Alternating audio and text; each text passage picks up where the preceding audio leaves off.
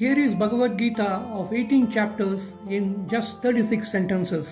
Chapters 1 to 6 are regarded as Karma Yoga. Arjuna is advised to do his duty in this chapter. Chapter 1, Arjuna's despondency.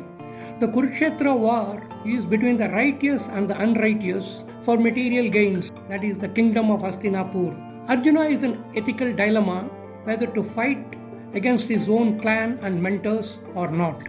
Chapter 2, the Yoga of Knowledge. Sri Krishna explains to Arjuna that since the soul is immortal and eternal, he will never kill nor be killed.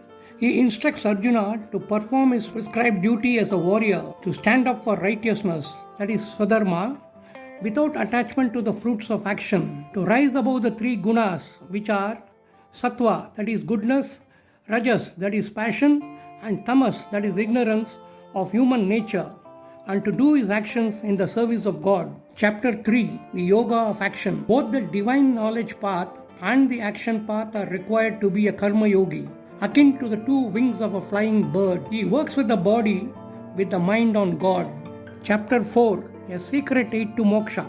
Sri Krishna explains to Arjuna his divine descension as an avatar on earth from time to time to protect the righteous, destroy the wicked, and re-establish Dharma. He advises Arjuna that with the divine knowledge imparted to him, he should be ready to do his duty of fighting the Kauravas. Chapter 5, the Yoga of Renunciation. Sri Krishna clarifies to Arjuna that Karma Yoga is preferable to Karma Sannyasa Yoga. Since a Karma Yogi, if he is not able to fix his mind on God, he has a fallback of doing action Karma Sannyasi does not have. Chapter 6, the Yoga of Meditation. A peaceful mind that renounces all material desires enables meditation and complete devotion to Sri Krishna. The true yogi sees Sri Krishna in all living beings and also sees all living beings in Sri Krishna. Chapters 7 to 12 are regarded as Bhakti Yoga. Arjuna is moved from Karma Yoga to Bhakti Yoga. His devotion to Sri Krishna keeps on increasing and he gains divine knowledge through the Vishwarupa Darshana of Sri Krishna. Chapter 7, Realization through Divine Knowledge. Sri Krishna, so far a friend and the charioteer to Arjuna, now reveals himself as the Supreme Divine Personality and lists his infinite attributes. He bestows his grace upon the surrendered souls. Chapter 8, the Yoga of Eternal God.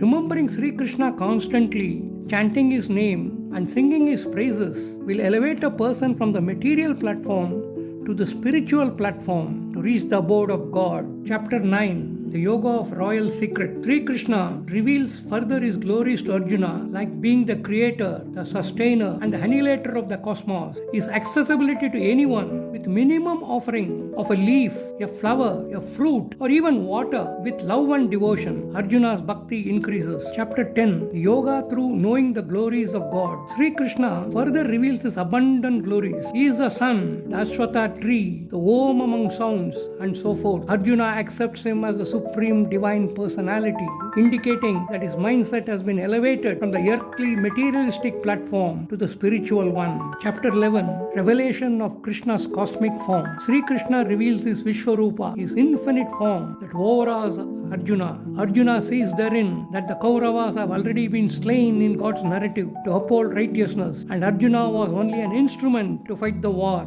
and emerge victorious. Arjuna could see life both from the material and spiritual perspectives. He has acquired divine knowledge, having seen the Bhagwan with his own eyes. Chapter 12, Yoga of Devotion. Sri Krishna clarifies to Arjuna that worshipping him either in the personal form or in the impersonal form as sannyasis do leads to liberation from the karmic cycle of birth, death, and rebirth. Yet it is affirmed that worshipping the personal form is the most perfect. Chapters 13 to 18 are regarded as Jnana Yoga. Here the emphasis is on divine knowledge and attaining the goal of reaching God's abode. Chapter 13, the field, that is Kshetra, and the knower of the field, that is Kshetra Jnana. As Paramatma, seated in the heart of all living souls, Sri Krishna is the knower of the fields of all the souls, while the body is the field doing material actions. The devotees understand this knowledge and attain moksha.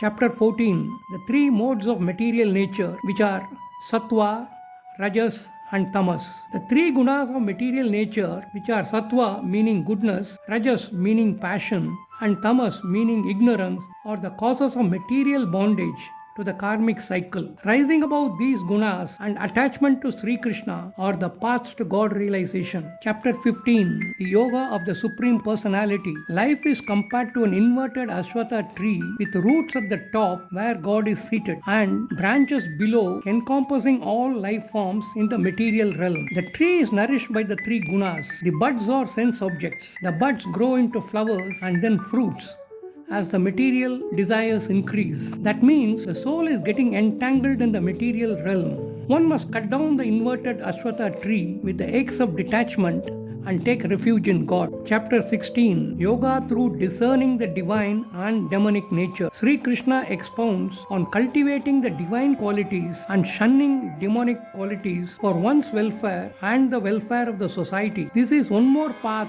to attain moksha. Chapter 17, Yoga through discerning the three divisions of faith. Yajnas, that is sacrifice, tapas, that is penance, and dana, that is charity, must always be done with faith in sattvic nature. The directions given in the Vedas must be complied with. Chapter 18, Yoga through perfection of renunciation. Arjuna started with Karma Yoga, which is material dharma, moved on to Bhakti Yoga and Jnana Yoga, and finally to Karma Sannyasa Yoga, all these comprising spiritual dharma, and also gained divine knowledge and the blessings of Sri Krishna, which is divine providence, to win the war against the Kauravas. Arjuna's dilemma stands resolved and agrees to fight the war as instructed by Sri Krishna. Arjuna, as a pure devotee, attains liberation. Dear devotees, this is an introduction to Bhagavad Gita covering all the 18 chapters. Sarvam Sri Krishnarpanamastu.